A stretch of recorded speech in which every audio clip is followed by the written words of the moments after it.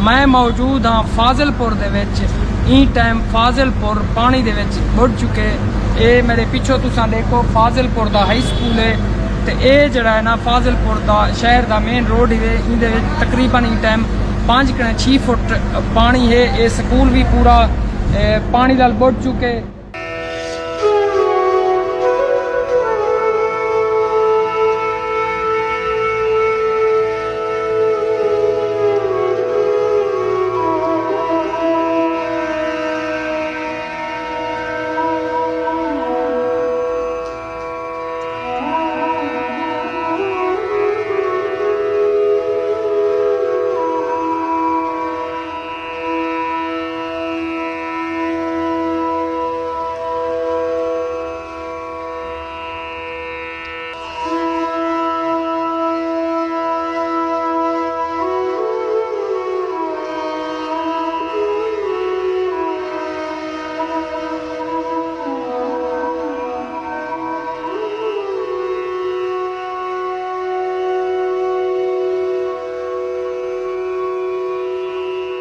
बिस्मिल्लाहिर्रहमानिर्रहीम। अस्सलाम वालेकुम। मैं मौजूद हाँ फाजिलपुर दे विच। ई टाइम फाजिलपुर पानी दे विच बुड़ चुके। ये मेरे पिछों तुसां देखो फाजिलपुर दा हाई स्कूल है ते ये जड़ा है ना फाजिलपुर दा शहर दा मेन रोड है। इहदे विच तकरीबन ई टाइम 5-6 फुट पानी है। ये स्कूल भी पूरा पानी नाल बुड़ चुके। फाजिलपुर दा मगरबी हिस्सा है वो पानी दे विच बुड़ चुके। हुण जरा पानी है वो मशरकी हिस्से दे विच वेंदा पिया और उत्थां भी काफ़ी सारा जरा फाजिलपुर दा शहर है वो पानी दे विच इस टाइम बुड़ चुके। जी ये हाई स्कूल फाजिलपुर है। एक रिलीफ कैंप बनाया गया जी। मैं मौजूद हाँ ये मेन फाजिलपुर ही है।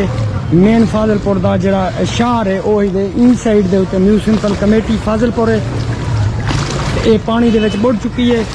सामने दही मरकज माल ही फील्ड ऑफिस ही रिलीफ कैंप ऑफिस है। जेडे पहले फ्लड इफेक्टेड लोग हैं जिन्हें एरियाज कने आए हैं वो इतने ही उन्हें को मतलब रिलीफ कैंप बनाया गया। हुण ये रिलीफ कैंप भी बिल्कुल पानी दे विच बुड़ चुके। ये मेन रोड ही फाजिलपुर दा। ये मेन रोड दी कंडीशन ही और इतना तकरीबन 4-5 फुट पानी होती है। सामने बंदे भी आंदे पन तुसां देख गिनो कितना पानी है। अंदाजा तुसां खुद ला सकते हो जी। ये सामने फाजिलपुर दी रेलवे कॉलोनी है। ई साइड दे उत्ते भी तुसां अपना शहर दा जरा मगरबी किनारा है वो है ते ये है फाजिल वाह जरा के इथों पानी क्रॉस कर कराई ते शहर दा जरा मशरकी किनारा है ना उन साइड दे उत्ते वेना पे इंडस हाईवे दे तलो जरा ना फाजिल वाह जरा नाला है वो गुजरदा पे।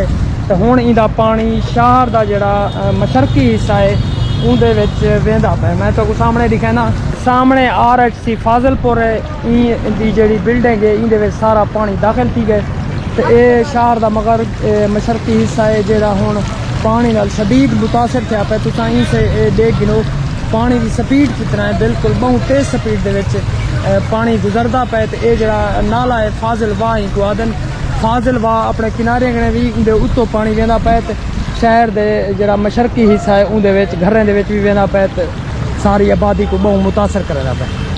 मेरे नाल मुजाहिद गाजर मौजूद हैं जेड़े के इत्थों दे मकामी सहाफ़ी भी हैं और मेरे पेज को भी फॉलो की पैंट उन्हें अपना फाजिलपुर इनवाइट भी किया। उन्हें कने पूछते हैं कि ई टाइम शहर की क्या सूरत हाल है। अस्सलाम वालेकुम। वालेकुम सलाम भाईजान। सर ये दसाओ कि ई टाइम शहर की क्या पोजीशन है, कितने परसेंट सिटी जरा है पानी दे विच बुड़ गए?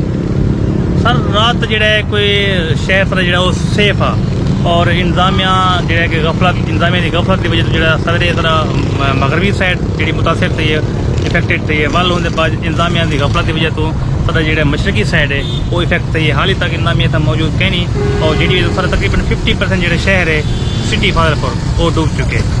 अच्छा इनके दूहे किनारे मतलब मगरबी भी ते मशरकी दूहे किनारे बिल्कुल पहले फर्स्ट जो है मगरबी साइड से ही और जो कुतुब तुरटे वो रेलवे कॉलोनी के इंटर थे पानी और रेलवे कॉलोनी के बाद जो पानी वो फाजिल वाह थे फाजिल वाह वाला पानी क्योंकि उनकी कैपेसिटी इतना कहना है और उनकी कैपेसिटी इतना ना होने की वजह तो जो पानी है वो बाहर आउट थे सिटी के मुतासर